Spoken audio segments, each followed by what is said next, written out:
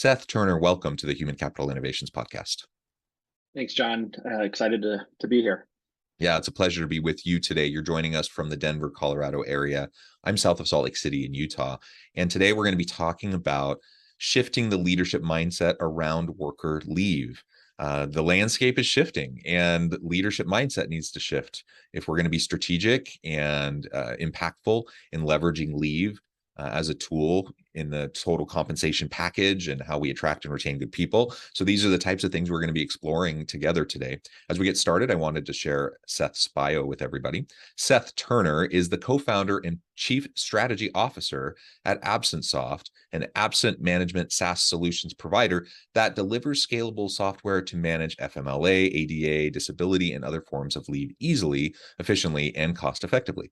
Seth has over 20 years of experience helping organizations solve their HR and absence management challenges.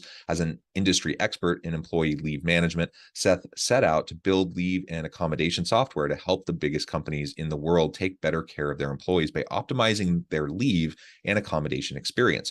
Prior to founding AbsentSoft, Seth held leadership roles at Hewitt Associates, Mercer, and Reed Group, focused on outsourcing and technology solutions for leave of absence and employee benefits. Seth has an MIS degree from Indiana University and an MBA from Northwestern University. Wonderful background. Pleasure to be with you. Anything else you would like to share by way of your background or personal context before we just dive on in? No, not at all, Jonathan. That's just a long way of saying I've spent a lot of time doing leave and have a real passion for helping employers be more effective in how they do it and being able to focus on how they can improve their employee satisfaction and really drive that retention through leave management. Yeah, well, thank you. And you have a tremendous background and experience in a variety of different companies doing this and helping a lot of different organizations to do it. And shall I say, like, I love the HR space. I got so excited when I was new, when I was a university student actually, and kind of getting excited. And then those first jobs and early in my career, getting into the HR space. But this idea of like managing FMLA and ADA, like, that doesn't always seem like the sexiest kind of HR topic or like the most fun. And so sometimes it gets a little bit of a bad rap, but it really can and should be a heavily leveraged strategic advantage for an organization. And so often employees have horrible employee experience around these systems, where it's just frustrating and aggravating and just so hard to navigate, so hard to figure out what they're doing, how to do it. And so if we can alleviate any of those pressures, it really can be a differentiator in terms of employee experience, and help you to brand yourself, your organization, as an employer of choice. Very much. And I think, when we started, that was all focused on how do we help HR process. I call it administrivia, but how do you get rid of that piece of it so you can spend time focused on your employees and dealing with the people that really need help. And that's what it comes down to, is how do we automate and make more efficient the things that don't add necessarily value to the transactional part of leave, and make that leave a value added relationship and an engagement with the employee. I think everything shows how that benefits the organization overall from a productivity and just an employee satisfaction. Yeah, for sure.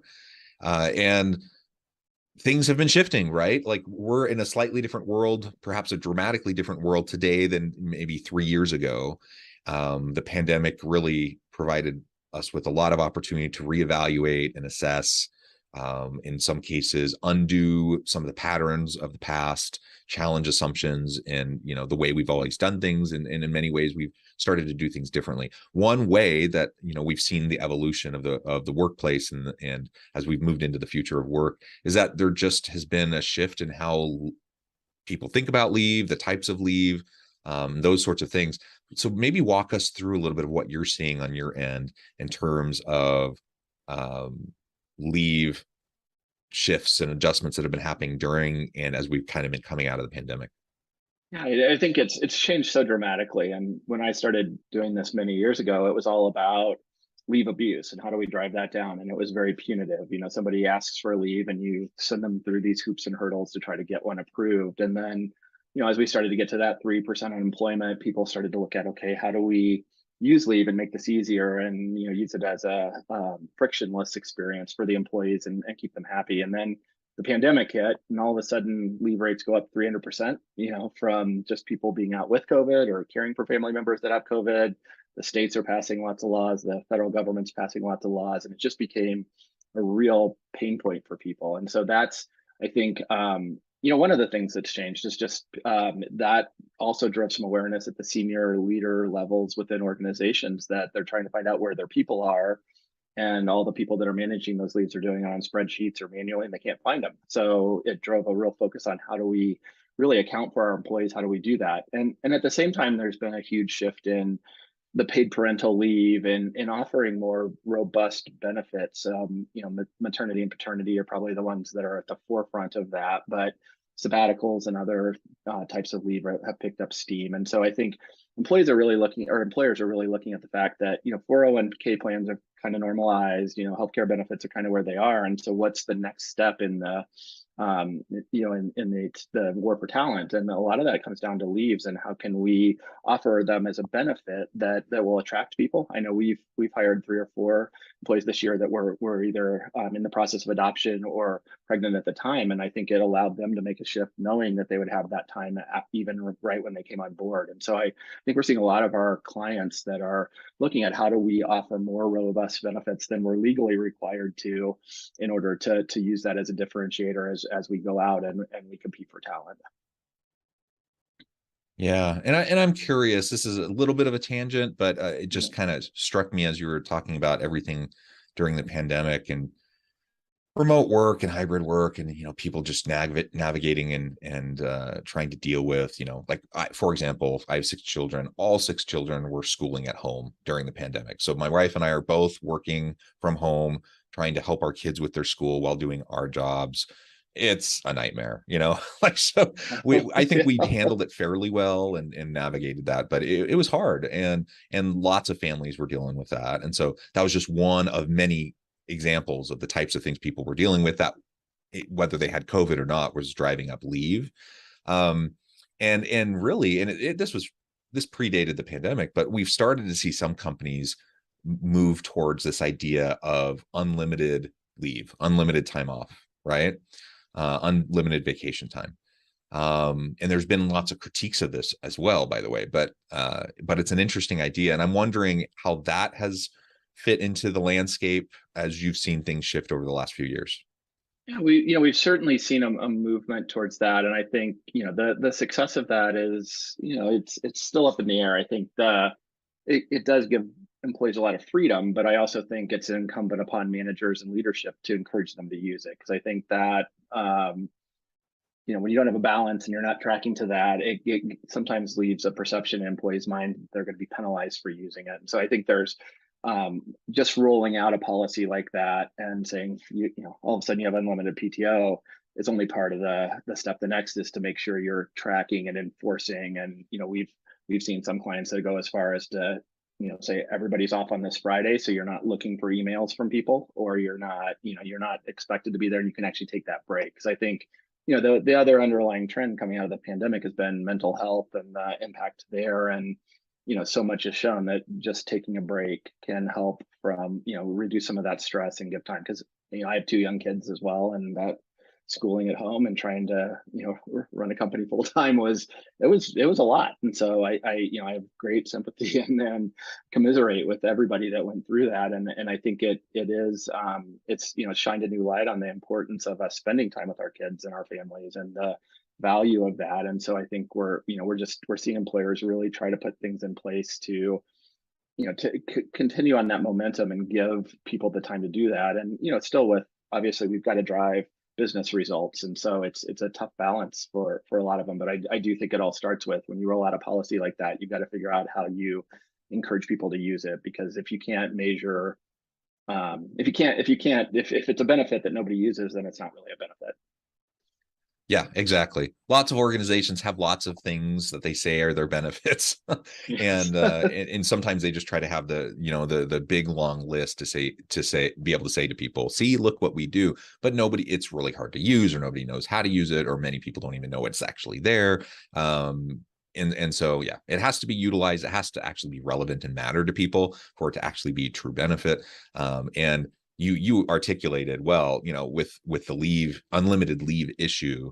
The critique of it is that actually there's been quite a bit of research that has shown companies that use unlimited time off, often their people use less time off. And that's unfortunate. And then it comes back to the culture within the organization and the modeling of senior leadership, and because what they do is what their people are going to do. And if they never take time off or take very limited amounts of time off, then their people are going to feel like they're going to be, in some way, maybe not directly punished, but they will suffer, setbacks in their progression in careers, or just the way they're perceived if they take time off. And so we need to make sure that whether it's unlimited time off, or we have kind of the structured leave and PTO kind of buckets, that we encourage people to take it so that they can have work-life blend, work-life balance, so that they can monitor their own mental health and their own well-being, and make sure that they're taking care of themselves and their families,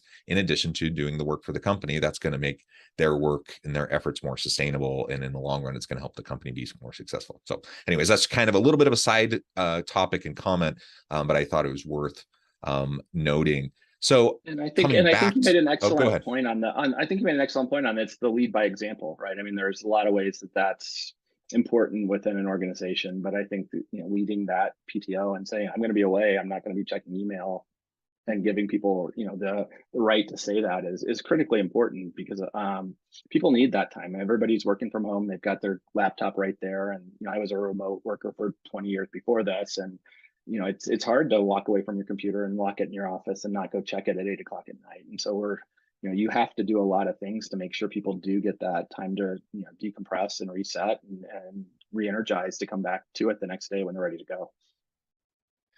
Well, and perhaps this is another slight side kind of tangential comment, but it just kind of struck me as you were talking.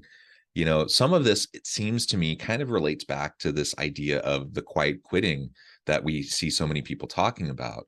And there's a variety of things going on there, so I don't want to oversimplify it.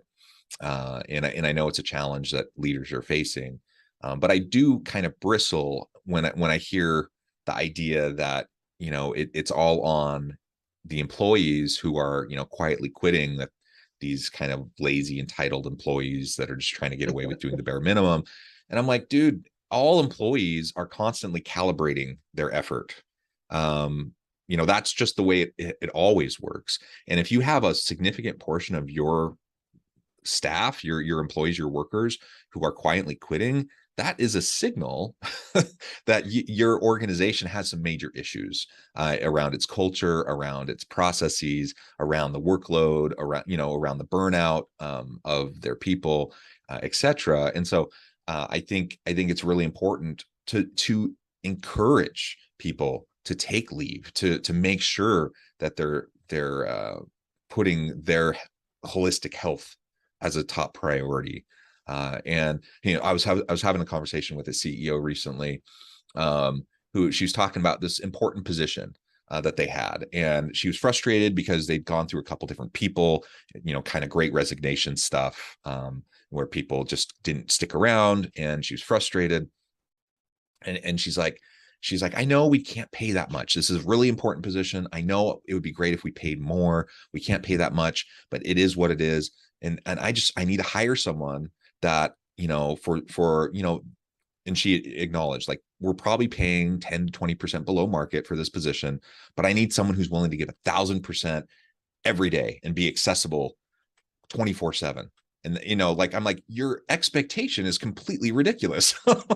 Like, in what world are you going to be able to get someone to come and do that? And so sometimes we just need to reset and recalibrate our own thinking as leaders about what is actually reasonable.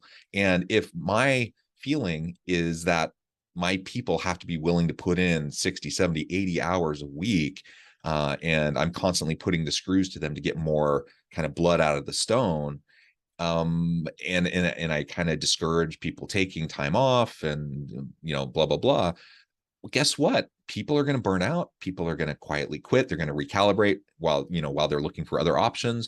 They might end up leaving, and that's indicative of other kind of systemic issues and culture issues with an organization. So it's worth noting that, I think, and just reminding leaders that it's not all about your people being, potentially lazy or just entitled or trying to get away with stuff or do the bare minimum. It part of it's just self-preservation, survival, and reprioritization, of individual workers about what matters to them, right? Yeah, I think the pandemic changed everybody's mindset about, what's important to them and made them rethink that. And I think we see, and, we've, coming through startup life, it was always about productivity, right? Like, what are the results? And in many cases, we couldn't pay, market rates, but by changing some things, like, if you need to leave at 3 to go get your child at school and you're going to spend a couple hours getting it done, as long as you get the work done, we're good. And that's, I think, really become an important part of how we still manage people. And I think you hit on a great part with culture, because we doubled in size during the pandemic, and we had people that had never seen the office, had never been to Denver even. And so it really changed the way we think about how we onboard, how we build that relationship with new employees, how we really instill that culture of, personal responsibility and collaboration with the team. And it takes a lot more effort now to, do that, because you're not in the office all the time. But I think it's forced a lot of our leaders that felt like they needed to see people at their desks to say, let's measure, are they getting the stuff done that needs to be done? And just being present is not as important as, what they're delivering. And so we've, it's forced all leaders to rethink that relationship with the office and the work and with their employees, and to make sure that, in this, especially in this really tight labor market, that we're providing a good experience for them, but that they're also, they feel that we care about them and that we want the best for them from both a health and mental well-being. And that's, it's really nice to be having these conversations now, because it's something, within HR that I think everybody's wanted to do, but now it's at the forefront of, if I hear employee experience 15 or 20 times a day from different clients and different prospects. And I think it's an exciting conversation, an exciting time in both the HR and the leave space. Yeah. And I think, as we consider the butts and seats thing, that has always been a pet peeve of mine for years. And that mentality persists. There's still plenty of people who feel like if you're not having like FaceTime in the physical office, if your butt isn't in your seat and you're not there from 7:30 in the morning until 7 at night, that you're a slacker, whatever. We all know that there are plenty of people who are slackers who spend all day at work. So that doesn't mean anything, and are people productive? Are they efficient? Do they collaborate well? Are they just creative thinkers? Like, none of that is directly correlated to how much time your butt is in your seat in the physical office space. So it's really silly. It's always been silly. I think more people recognize it's silly today than in the past. And particularly with younger people, they're just like, yeah, that doesn't make any sense. But there's plenty of leaders who still have that mindset. I run into it every day. And I think it's worth pushing back on and challenging. There are absolutely times when it's helpful to have people together in the office. And, if you have a particular reason with an objective for a meeting or something where bringing everyone together makes sense, then go for it. Absolutely. But there's a lot of times in a lot of types of jobs where it just doesn't matter. And having kind of arbitrary guidelines around butts and seats is silly. And it's again, that mindset and that culture is also what then drives a lot of people not taking the leave that's available, whether it's unlimited PTO or it's just kind of the traditional buckets of leave that organizations tend to have, that they just don't feel like they can, because they feel like they're constantly being monitored. And they just feel like, if I'm not making my physical presence actively seen, then it's going to hurt me. I've seen that so many times, and it really is silly. We need to get past it. I wanted to shift gears just a little bit as we get into kind of the final little bit of our conversation. It's a tight labor market right now. That could shift. We might be heading into a recession, but the unemployment rate's still really low. There's still, I think I saw a report out just a few days ago saying in the US there's 1.8 open jobs for every person who's looking. So clearly we still have a labor shortage. And so companies are short-staffed, reduced workforces, concerns about inflation and recession. All of that is on the table, and it makes it challenging. So how can companies go about offering leave or more leave as a benefit and make it more accessible and easier to do when they're already dealing with the workforce? I mean, I could understand how a leader could be saying, we're already at like 80% capacity. We're understaffed. We don't have enough people. I don't want my people going on leave because we need them here so we can, provide our products and services to the market. So what's your thinking around that? I think anywhere where you can create a leave that's planned, you can manage it way better than the unplanned, right? And that's, I think, where these policies come in. If you can plan for somebody to be gone for a week or 2 weeks and and shift in the short term to support that, number one, you'll still be able to hit all your production numbers and all those other things. And then on the second side is what tends to happen is if you continue to just drive forward is people start to burn out, and then you get these intermittent absences and things you can't plan for, which have a huge impact on your productivity, because then you're trying to bring in temps, you're trying to have people work overtime, and you create a culture of resentment around people that aren't there. And so I think anywhere we can structure it so that you're planning for that person to be gone and making, to your point earlier, making it okay for them to be gone, they're going to get more out of their time off. You're not going to see the business disruption you would see if, eventually they either, have to take some time for a medical or some other thing driven by that stress, or God forbid, they just quit, right? Because they can't handle that. And so I do think you got to shift that mindset to say, how do I use this to retain them, to keep them fresh, and to keep moving forward? And I think that's a big part of that that strategy and how you manage time off. Yeah, I think that's right. Planning is helpful. And so just, if everyone can just be considerate and thoughtful towards their coworkers, and coordinate a little bit. And if as a leader, you can, again, lead by example, have open conversations with your people, and be a team player yourself, and help others around you on your team to be team players. Like, I think most people want to do right by others, and most people want to be helpful with their team. Most people don't want to leave everyone hanging out to dry because they're gone.